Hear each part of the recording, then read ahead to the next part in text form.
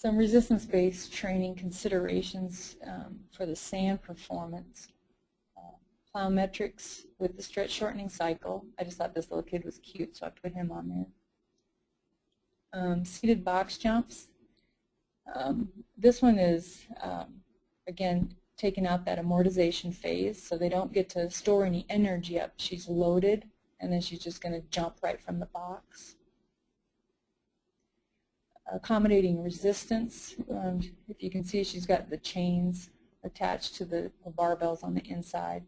And again, if they can't squat 1.2 times their body weight, or if their technique is sketchy, then I don't let them jump with the chains. They're allowed to squat with them, but they don't get to leave the ground until they can show me that they're jumping appropriately. So on this, it's as their toes, as they get up on their toes and their feet leave the ground, the chain comes off the floor. So they've got to apply more force to get off the ground with the extra weight of the chain, which is very similar to what happens in the sand at the end of the jump or at the takeoff. And then we'll also incorporate drop jumps, depth jump, stick and drive out. So again, we'll start out sticking the landing off the drop jump or a depth jump, and then sometimes we'll add in accelerations out of it or counter movement jumps out of it. Then we incorporate all kinds of Olympic lifts, just variations of it, but one good way to nullify that amortization phase is to start the weight on the catch bars, if you have those, on a squat rack, or we'll stack rubber plates or plates that are, or boxes that you can set the weights on as well at the right height. But you can't see that the bar is like right below her kneecaps. And so we'll go from the bottom of the kneecaps anywhere from to mid-thigh as a starting position. So all this does is focus on the concentric contraction, and now she has to whip her hips through to get that bar to move straight up. And then some little things like, just again, if we can't get in the sand, some things to manipulate their takeoff positions. This is one way to focus on where their center of mass is going behind their ankles. So by the time she takes off here, the core board, that's a core board under here, it's flat to start with, and as she pushes off, it starts to go down. So her hips will drive forward and her ankles will be behind her. So we'll do, AirX pads. We won't jump or onto or from the AirX pads, but we'll do single leg stabilization type things with AirX pads, or we'll stand and do overhead presses on them, just to get the feeling of that unstable surface, to start accommodating for that when they get in the sand. And then court-based work. Start out with multi-planar changes of direction and foot speed. And with sand volleyball, as I showed you before, the balls are played mostly in motion, and then secondly after motion, after they move to a position and then pass or set or dig a ball. And then lastly would be one step added, where they're just moving one step and then pass, or one step and block. In the indoor game, it's a little bit different. Most balls are played after motion, so they'll move to a position and then play a ball. Secondly would be one step added and then in motion. Stopping and starting demands on the body.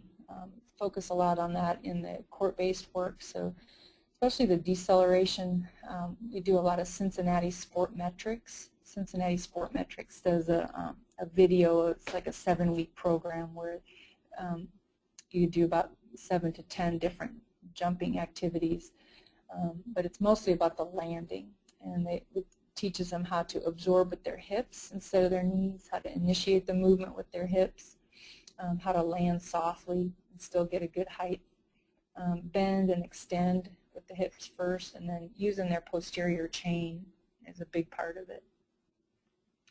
And then we'll focus on body control and awareness, really focusing on where is their center of mass when they're changing direction. and when they're landing. What's their body doing and how can they control that?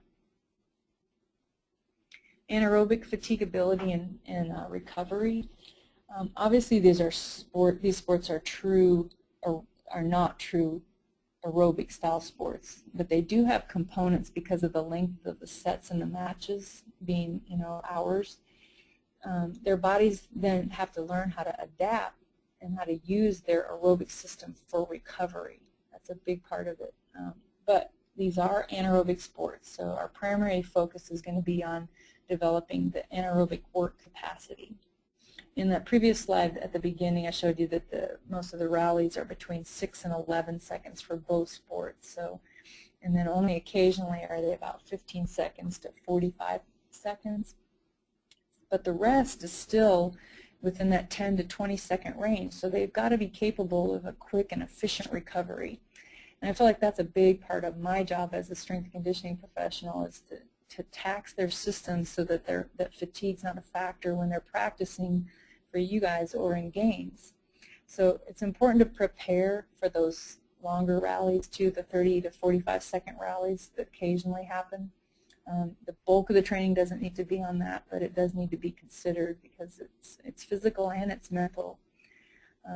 Winning those long rallies, you guys know as coaches that it can change their confidence level if they win that rally. It'll keep or change the momentum of the game instantly.